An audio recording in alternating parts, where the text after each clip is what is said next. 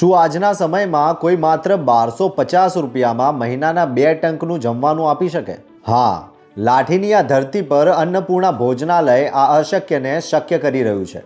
માં અન્નપૂર્ણા પ્રસાદ ઘર છે તે એક 26 જ્ઞાતિના સમૂહથી હાલે છે. લાઠીની 26 જ્ઞાતિઓ આમાં એન્જોય છે અને તમામ જ્ઞાતિના, મોટી જ્ઞાતિના 3 સદસ્યો હોય, નાની જ્ઞાતિના 1 હોય, એવી રીતે છત્રીનું સદસ્ય છે.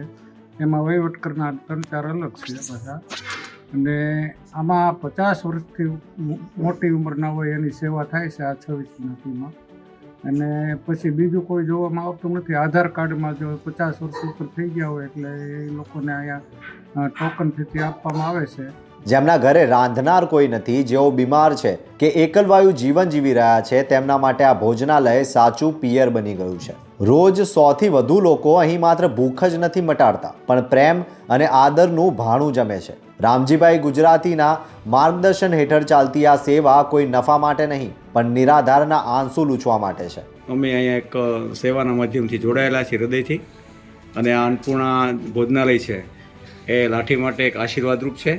50 વર્ષથી ઉપરના જે લોકો હોય અને જરૂરિયાતવાળા, એના માટે ખૂબ આશીર્વાદરૂપ છે. રોજના બપોર અને સાંજે 100થી 125 વ્યક્તિઓ આનો લાભ લે છે અને ઘર કરતાં વિશેષ જમવાનું એ અહીં પીરસાય છે. અને એના માટે દાતાઓના અમે આભારી છીએ અને જે લાભ લે છે એના પણ અમે આભારી છીએ. અહીં પીરસાયેલું ભોજન ઘરના સ્વાદની યાદ અપાવે છે અને વૃદ્ધોના ચહેરા પર સંતોષનું સ્મિત રેલાવે છે. ધન્ય છે આ સેવકોને અને ધન્ય છે આ અન્નપૂર્ણાના ધામને. આ માત્ર એક ભોજનાલય નથી, પણ અનેક ઘરવિહોણા અને એકલા વૃદ્ધોનું હૂંફાળું સરનામું છે.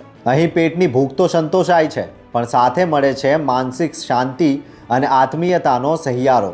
જોતા રહો ગુજરાત વંદન. ધન્યવાદ.